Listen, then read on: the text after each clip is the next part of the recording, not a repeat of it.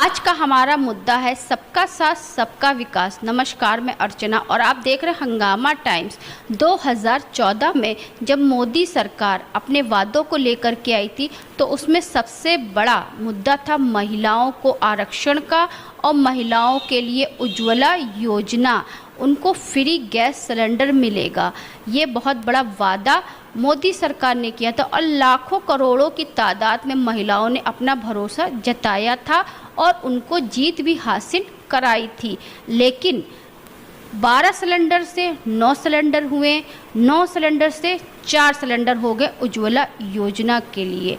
अब जो पात्र होंगे उन्हीं को सिलेंडर मिलेंगे, अपात्र का खाता बंद हो जाएगा, यानी कि कनेक्शन कट जाएगा। सेलिब्रेशन हो रहा है कि प्रधानमंत्री नरेंद्र मोदी जी के लंबे समय, जितना जो है समय उन्होंने प्रधानमंत्री के सिंहासन पर दिया है, सबसे लंबा समय, इसका सेलिब्रेशन भी सभी बीजेपी वाले मना रहे हैं और साथ में उनको शुभकामनाएं भी देश विदेश से मिल रही हैं कि भारत का सबसे पहला प्रधानमंत्री बने हैं नरेंद्र मोदी, जो उनका कार्यकाल इतना लंबा चला है। लेकिन उनके कार्यकाल में बहुत सारे वादे अभी भी हैं जो अधूरे हैं।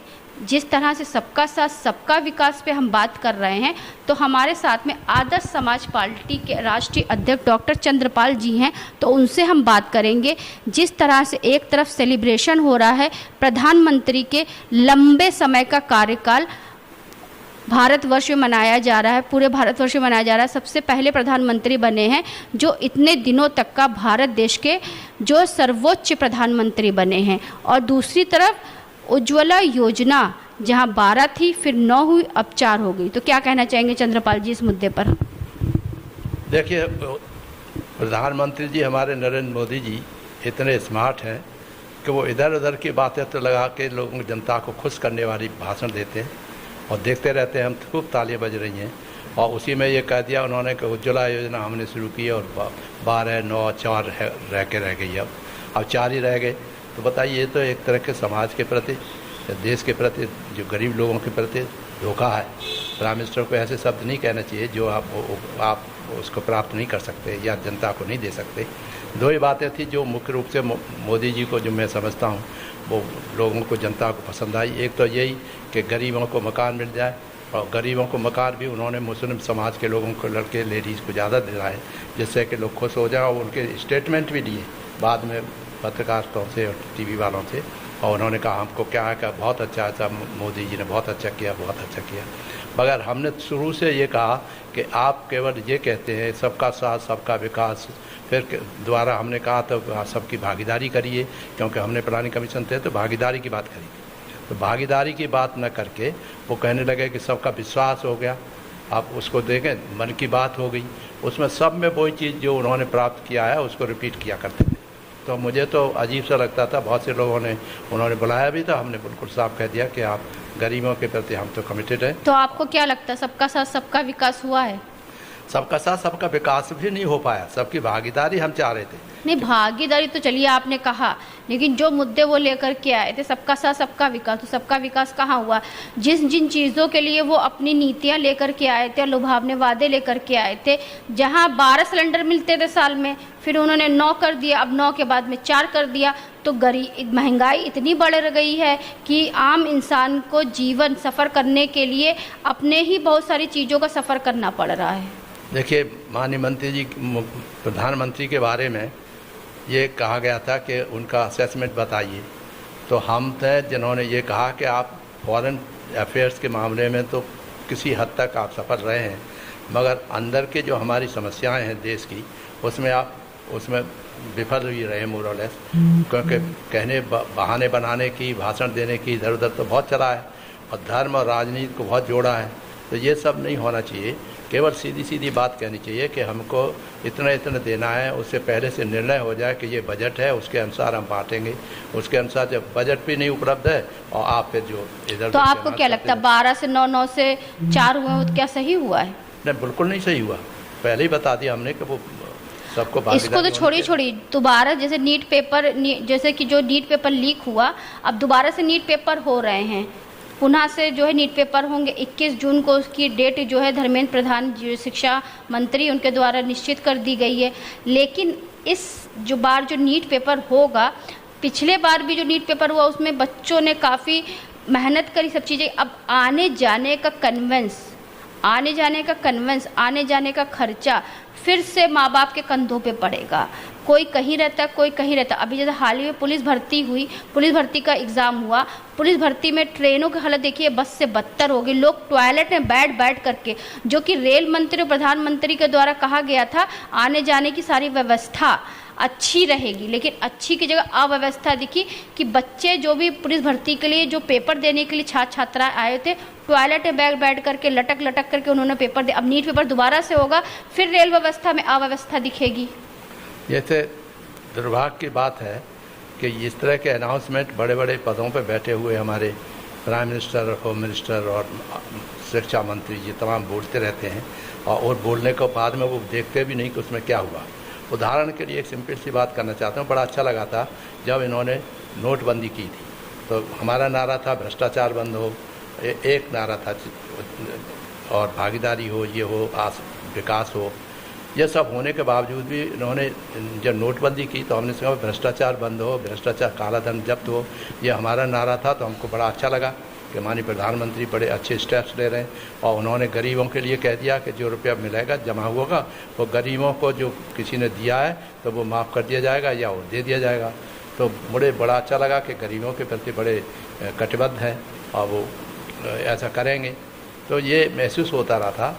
मगर सिलेंडर की भी बात थी, इसकी भी बात थी, मगर बाद में उन्होंने एक और बहुत अच्छा इम्पोर्टेंट थी माननीय प्रधानमंत्री जी। तभी तो कहते हैं चंद्रपाल से डर लगता है, पता नहीं मैंने क्या कह दिया। एक तरफ जहाँ पे आरबीआई में सोना बेचा जा रहा है, रुपया गिर रहा है, वहीं दूसरी तरफ सेलिब्रेशन हो रहा है। प्रधानमंत्री के लंबे कार्यकाल के लिए उनको बधाइयाँ दी जा रही हैं, वो सेलिब्रेशन कर रहे हैं।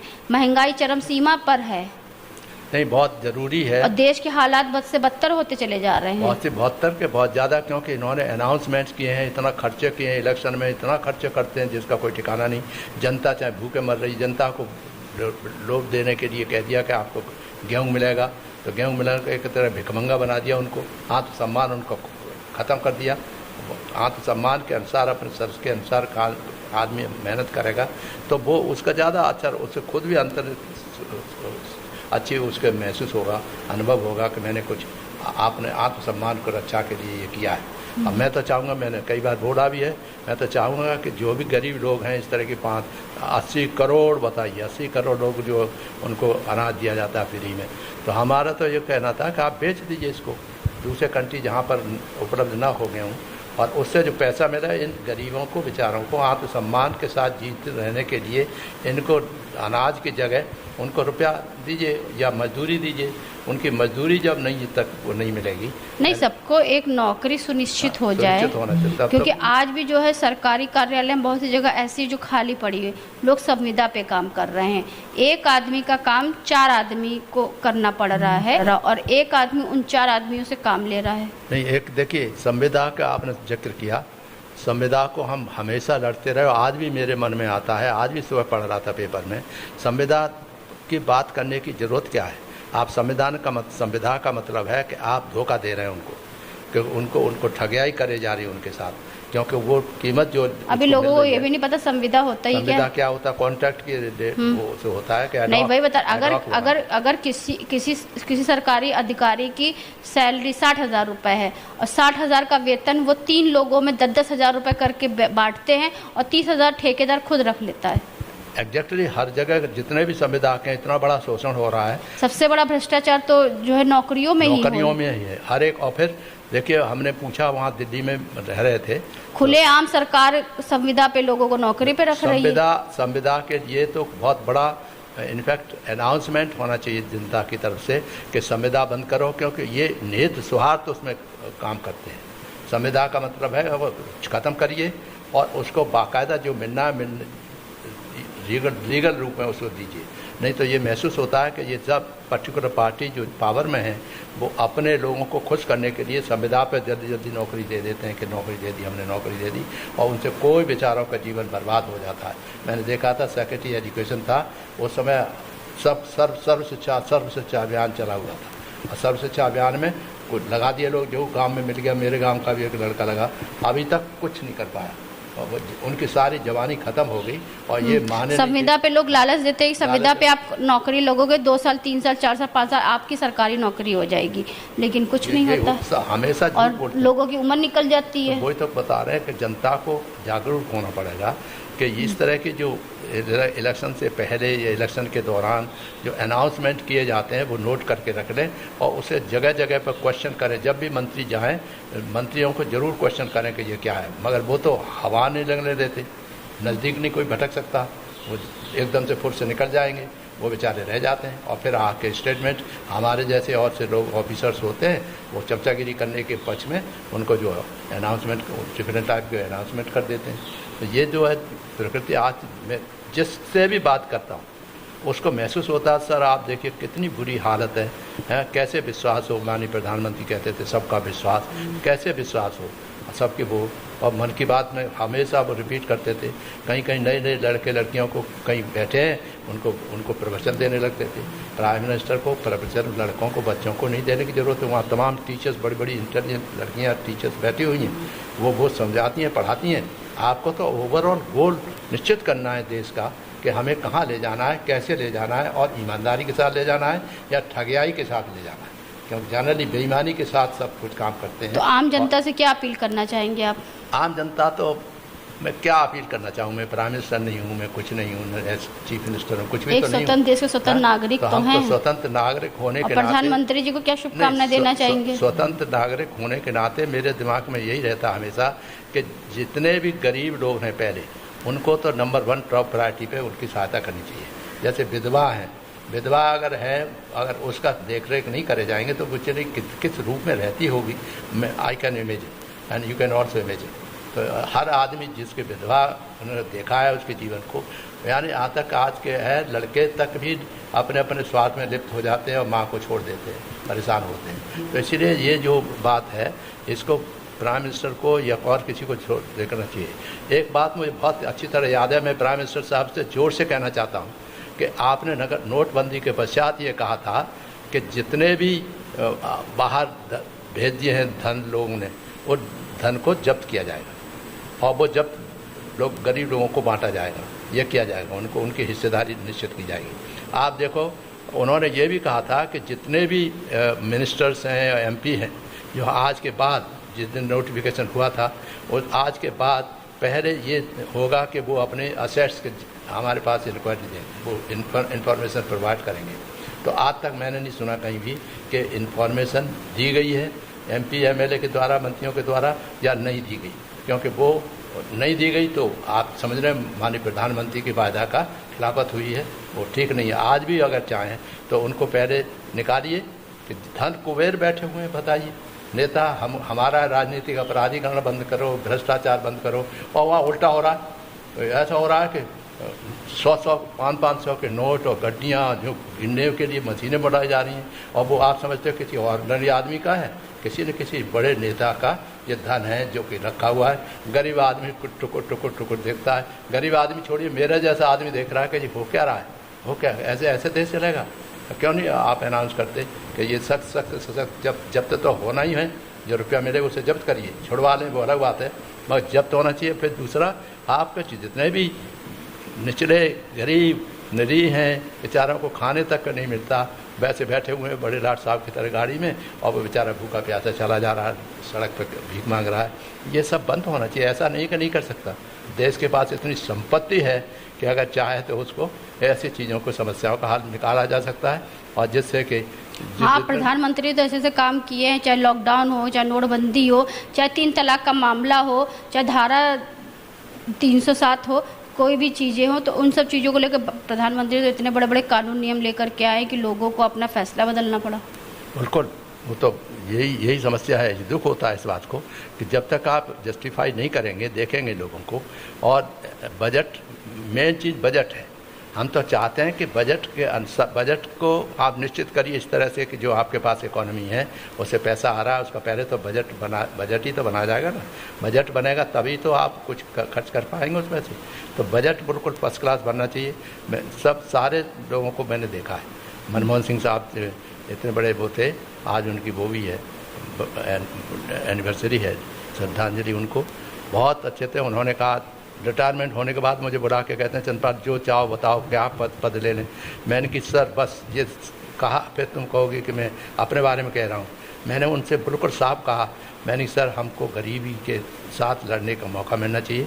भ्रष्टाचार बहुत बढ़ रहा है और भ्रष्टाचार जब तक इस देश में रहेगा तब तक कोई उन्नति नहीं होगी, दिखावे वाली उन्नति होगी। आप हमको कोई भी कहीं भी रहने दीजिए।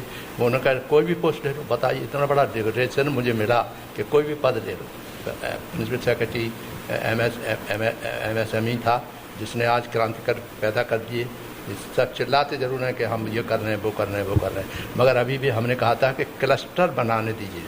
बिहार में हम एडवाइज़र थे, वहाँ हमने क्लस्टर बनवाया लेडीज़ के लिए और बोल करा। हम भी चाहते हैं कि हमारे उत्तर प्रदेश में कम से कम मुख्यमंत्री जी इधर उधर जो बातें करते हैं उसमें कहिए क्लस्टर बनाना है हर एक गांव में। तो मुख्यमंत्री को आप छोड़िए, प्रधानमंत्री जो पूरे देश का होता है, अगर प्रधानमंत्री हर राज्य पे जो है काम करेगा तो मुख्यमंत्री वैसे भी काम करेंगे। नहीं, मुख्यमंत्री का एक उदाहरण दिया मैंने। प्रधानमंत्री तो मेन है, ओवरऑल बजट देश का बजट तो वही बनवाते हैं। हाँ, देश का बजट जब होगा सब राज्यों का बजट होगा, बिहार का अलग होगा, उत्तर प्रदेश का अलग होगा, राजस्थान का अलग होगा।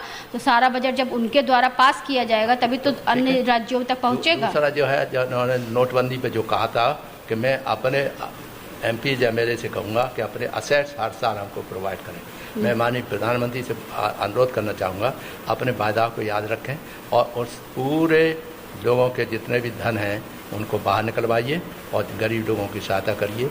और तभी भी आप वास्तव में जो आपको श्रेय मिल रहा है, आपने अच्छा काम किया इंटरनेशनल लेवल पे।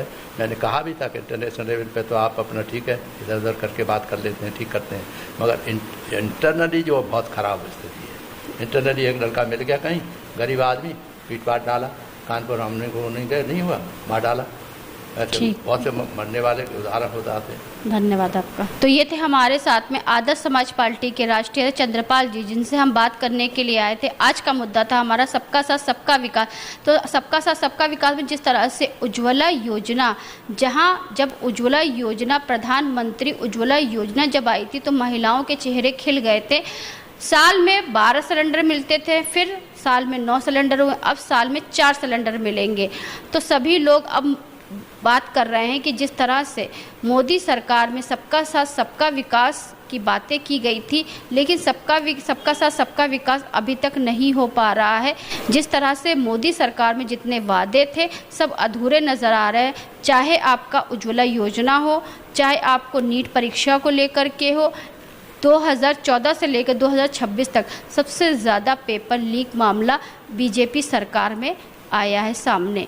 तो ऐसे ही मुद्दों को लेकर के हम बात करते रहेंगे देश प्रदेश के डॉक्टर चंद्रपाल जी से कि सबका साथ सबका विकास पे लेकर जिस तरह से हमने उनसे बात करा तो उन्होंने कहा कि सबका साथ सबका विकास तो सही है, लेकिन सबका साथ सबके विकास के साथ में सबकी भागीदारी भी होनी चाहिए, जिससे जो इतनी सारी कुरीतियाँ समाज में फैल रही हैं कहीं ना कहीं उस पर एक रोक लगेगी और प्रधानमंत्री जी की पकड़ बनेगी। साथ में उन्होंने प्रधानमंत्री को इतने लंबे कार्यकाल तक प्रधानमंत्री के पद पर आसीन रहने की बहुत बहुत बधाई भी दी और साथ में उनको अपने कार्य के बारे में याद भी दिलाया। तो इसी के साथ मैं अर्चना आपसे जानना चाहूँगी। धन्यवाद, बने रहिएगा हंगामा टाइम न्यूज़ के साथ में। ऐसे हम आपको देश प्रदेश के मुद्दों पर खास बातचीत करते रहेंगे डॉक्टर चंद्रपाल जी से, जो कि आदर्श समाज पार्टी के राष्ट्रीय अध्यक्ष हैं। हंगामा टाइम्स की तमाम खबरों को देखने के लिए हंगामा टाइम्स को सब्सक्राइब कर लीजिए और बेल आइकन दबा लीजिए। अगर आपको ये वीडियो अच्छा लगा हो तो लाइक बटन प्रेस कर अपनी प्रतिक्रिया हमारे कमेंट बॉक्स में देना मत भूलें।